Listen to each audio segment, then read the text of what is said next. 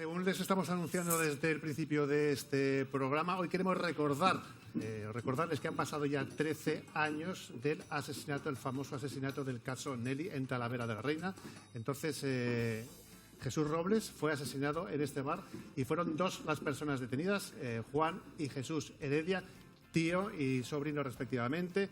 Juan murió antes del juicio en la cárcel de Ocaña y Jesús está prófugo desde hace 8 años, condenado por asesinato, prófugo después del segundo juicio. Para hablar de este asunto, que todavía se recuerda y mucho en la sociedad de Castilla-La Mancha, está la abogada de la familia, María Ángel Sten. Bienvenida, ¿cómo estás? Hola, buenos días, ¿qué tal? Y periodista especializado en la crónica negra, que habitualmente podemos escuchar en Radio Castilla-La Mancha, con Pachi Madina Beitia los jueves. Manuel Moreno, ¿qué tal, cómo estás? Hola, buenas tardes.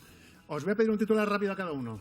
A ver, mucho esfuerzo profesional, mucho sufrimiento de la familia para que al final un asesino esté en libertad.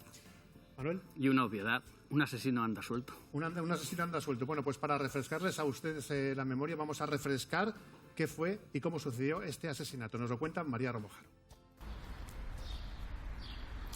Buenos días. Nos remontamos al 12 de junio de 2009 a un suceso que conmocionó a Talavera de la Reina cuando dos hombres mataron a tiros a un cliente que se encontraba en el interior de un bar en Talavera. Los dos hombres pertenecían a la misma familia y salieron huyendo del bar, pero la policía los interceptó.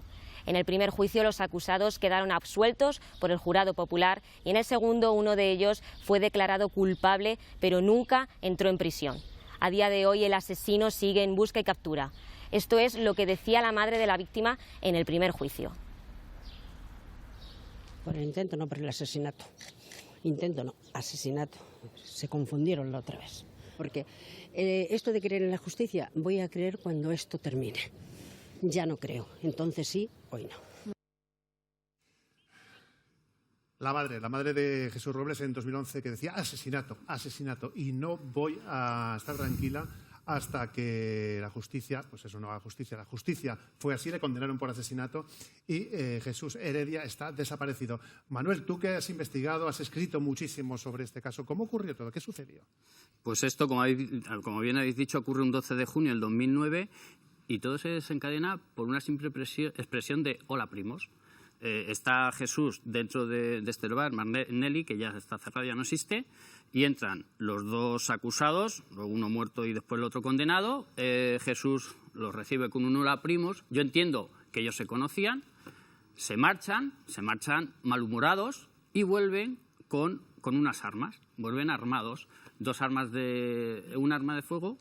Perdona que te interrumpa, es que es clave, ese hola primos es realmente lo que le sentó mal a tío y sobrino. Eso es lo que además es la sentencia. Parece una ofensa. Sí, pero eso es lo que además recoge la sentencia. Sí. Recoge en hechos probados, recoge eso. Esa raíz de ese hola primos que ellos, los dos acusados, se lo toman como una afrenta. Y entonces se marchan, no se sabe de dónde sacan las armas, traen una pistola parecida a esta.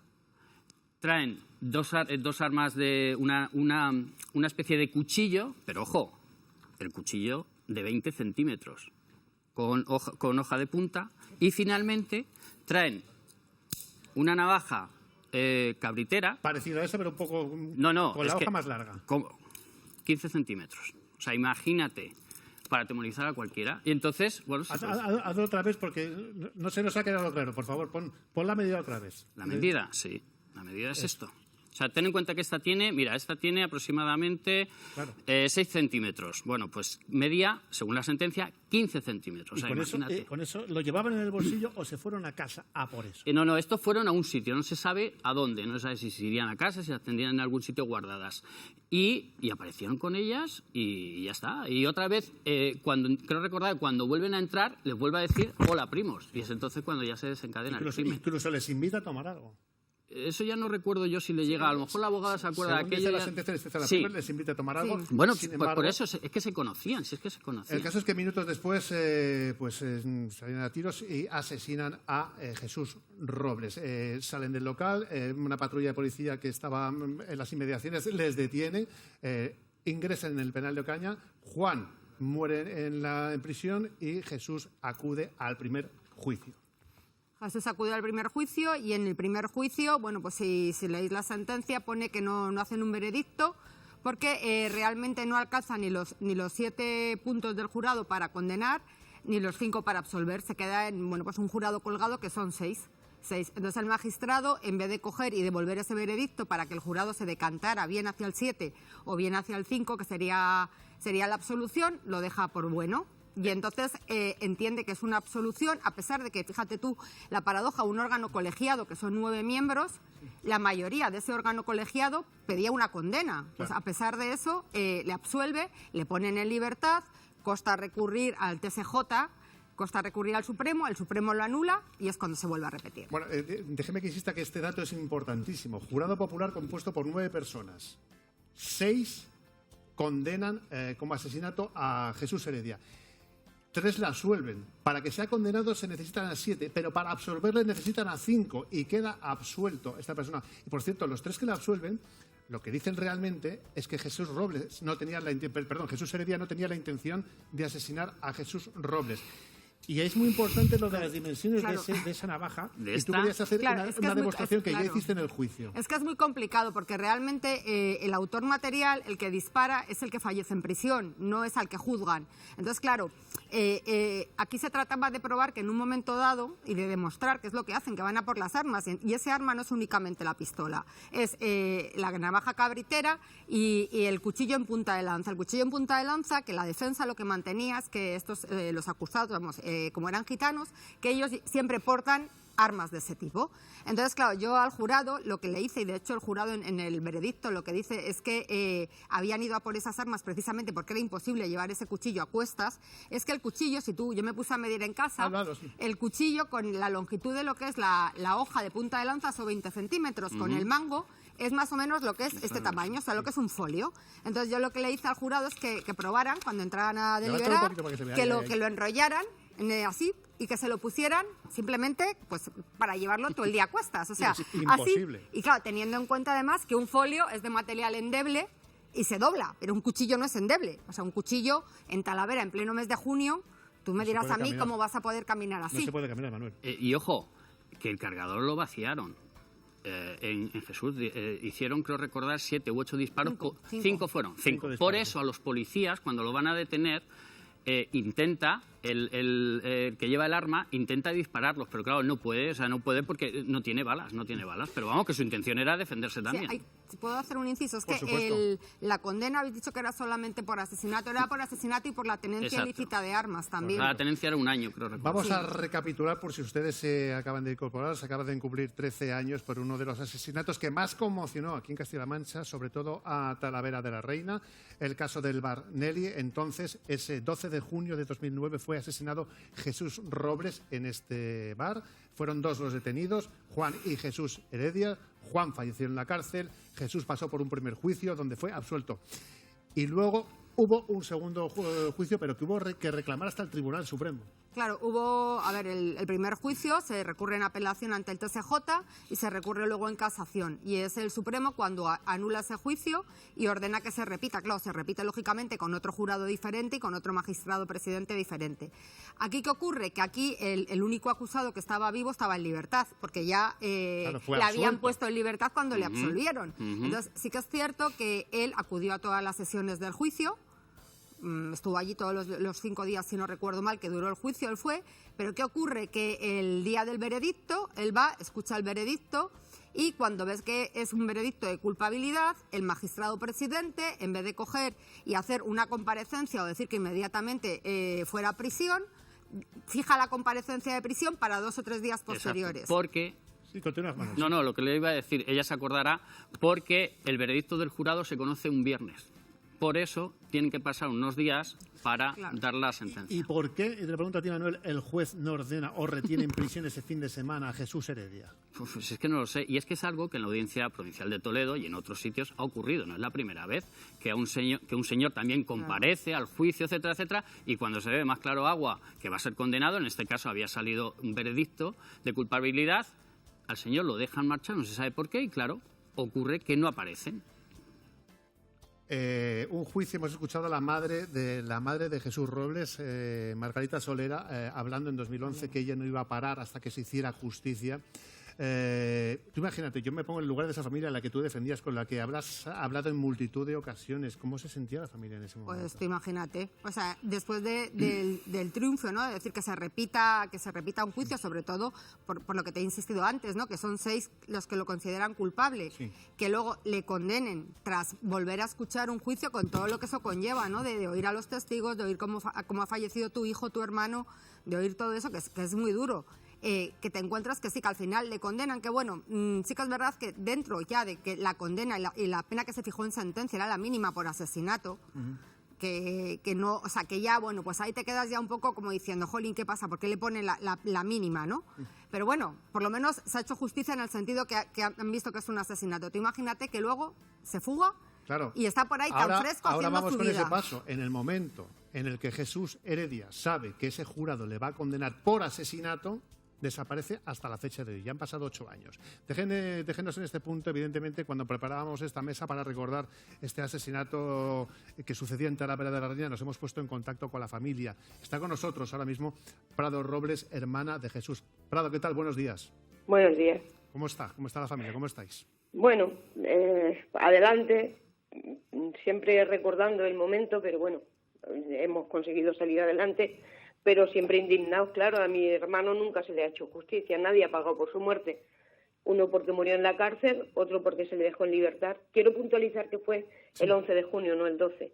Vale. Gracias. Sí. El 11 de Vale. junio. También quiero puntualizar que Lola Primos no es que se conocieran, es que nosotros éramos vendedores ambulantes y normal que conociéramos a la gente que era vendedora ambulante.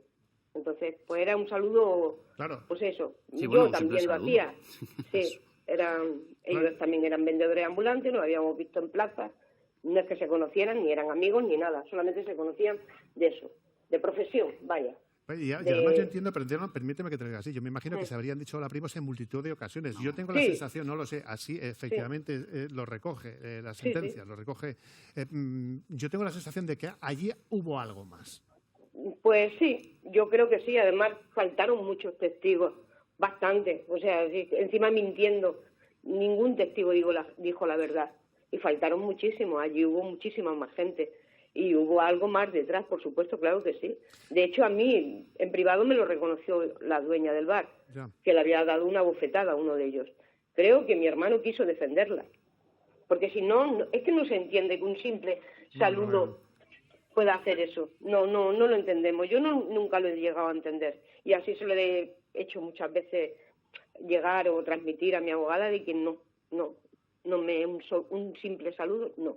Ya. Ahí hubo algo más. Prado, ¿cómo está tu madre? ¿Cómo se encuentra? Pues mi madre ya muy mayor y, bueno, mal. Ella tiene fuerza, porque tiene mucha fuerza. Creo que ella, y siempre nos lo recuerda, que nunca dice yo no voy a morir hasta que no vea al asesino de mi hijo entre rejas. Siempre, muchas veces me lo dice en privado, a mí, a solas, las dos, y sí. Yo creo que eso le da fuerzas para seguir. Claro. Incluso en la pandemia ella... yo no me puedo morir. Y sí, bueno, más o menos. Prado Robles, gracias de corazón por haber entrado en este día tan complicado para hablar de lo que fue el asesinato de tu hermano. Deseamos de corazón que se siga investigando, que se localice al asesino. Claro, es que eso, si me dejas un momentito, eso es lo que yo quisiera, que se le diera más visibilidad, porque es que esto ha quedado en el olvido. Yo creo que ha quedado hasta en el olvido de la policía. No hacen por buscarle, porque yo sé que la parte de la familia está en Talavera. ¿Entiendes? Incluso el asesino, el que disparó a mi hermano, está enterrado a 50 metros de mi hermano. Tenemos que cruzarnos con la familia cuando vamos al cementerio. Entonces, pues que hagan más hincapié en buscarle.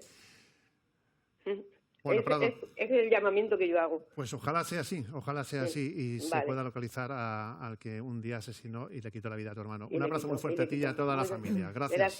Gracias a usted. Manuel, ¿se sigue investigando? ¿Por qué se ha paralizado todo? A ver, hay mucha gente, hay muchos fugitivos. De hecho, hace poco la Policía Nacional sacó un listado de los 10 fugitivos más peligrosos. Hay muchísimos. Entonces, al final, en este caso, y seguro que la abogada convendrá conmigo, hay que tener un golpe de suerte. Es decir, este individuo casi seguro va con identidad falsa. O sea, seguro, porque mira que me parece raro que en tantos años no haya tenido que pasar algún control. Bien, pues al final lo que tiene que ocurrir es el golpe de suerte, y es que algún policía, algún guardia civil, como ha sucedido hace poco en la Puebla de Almoradiel, identifique a ese tío, lo conozca. Pero claro, es que no es tan Bueno, fácil. que han le pasado suene su 8 años, cara. yo no sé la edad, creo que tenía 32 años en el momento del segundo juicio, no lo sé, estoy hablando un poco de memoria. Han pasado 8 años, llega con 40, físicamente ha podido cambiar muchísimo, se ha podido dejar crecer el pelo, no lo sé. Se puede afeitar la cabeza, puede ser multitud de cosas. O sea, Y- es que...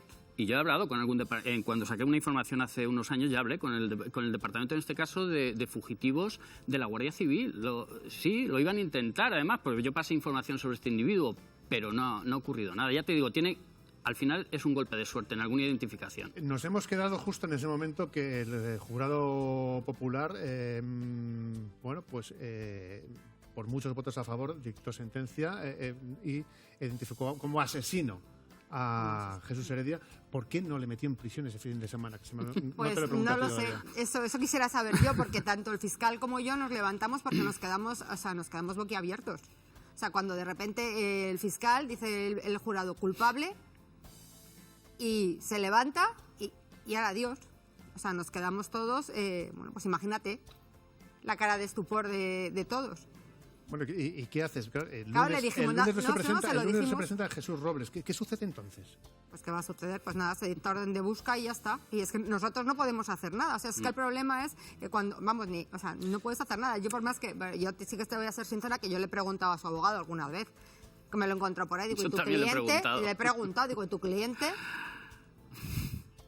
Bueno, por cierto, hay una cosa muy importantísima. El abogado de Jesús Robles, que se le preguntó efectivamente dónde está tu cliente, y dije, yo no sé si lo sé o no lo sé.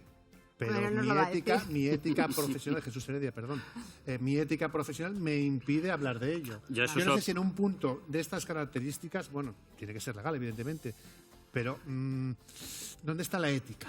A ver, tenemos secreto profesional. Claro. Correcto. Tú no puedes decir, o sea, incluso aunque sepas dónde está o aunque sepas que un cliente tuyo ha hecho la peor atrocidad y te lo haya confesado a ti, en nuestro código deontológico nos impide... en No, ese os permite, sentido- más que os impide, No, os a ver, permite bueno, no te no permite... decir hombre, datos. no puedes decirlo, incluso es que si no, imagínate, nadie se fiaría de los abogados, si ya se fía la gente poco, si encima no tuviéramos secreto profesional, apaga y vámonos. Manuel, por lo que has seguido el caso, por lo comprometido que has estado con él, te voy a preguntar si sabes, ¿tú intuyes dónde puede estar el paradero de Jesús Heredia? Hace unos años a mí me decían que por la zona, creo recordar que la zona de Murcia. El familiar ha dicho que ellos también han sospechado que por la zona de Talavera. Si es que te puedes mover por cualquier sitio. Ya te digo, el golpe, es que yo repito mucho las cosas, esta expresión, el golpe de suerte, que vaya a un sitio y lo pillen. Y una cosa muy importantísima, letrada, que le quiero preguntar. Han pasado 8 años del segundo juicio, 8 años desde que Jesús Heredia está prófugo. ¿Esto prescribe? Prescribe a los 25 años. 25 años, o sea, quedan 17 en el que años. todavía se puede localizar a Jesús Heredia y que, y por cierto, Cumpliría. ¿cuánto tendría que cumplir entonces? Pues ese cumpliría, se le descontaría lo que estuvo de prisión provisional, que me parece que estuvo 2 años y un poquito, si no me falla la memoria. Creo que se renovó la prisión para la celebración del primer juicio. Entonces se le descontaría los 2 años que cumplió de prisión provisional, que realmente es lo único que ha cumplido por un asesinato. Ya, O sea, le ha ya. salido, pues aunque esté mal rositas. decirlo, muy barato. Y tanto. Y eso es lo que dice también la familia, a la que volvemos a mandar un abrazo muy fuerte a la familia Robles Solera. Manuel Moreno, periodista especializado en crónica negra, gracias por traernos este caso. Nos vemos próximamente por aquí con más Muy bien. asuntos que están por resolver. Aquí en la Muy región. bien. María Ángeles Ten, gracias por Muchas darnos luz gracias a en este vosotros. asunto. Ojalá, abogada particular de la familia, ojalá se encuentre en algún momento a Jesús Heredia y se pueda hacer justicia. Ojalá, eso es lo que esperamos. Bueno, pues nosotros continuamos ahí en Estando Contigo ahora con la crónica social.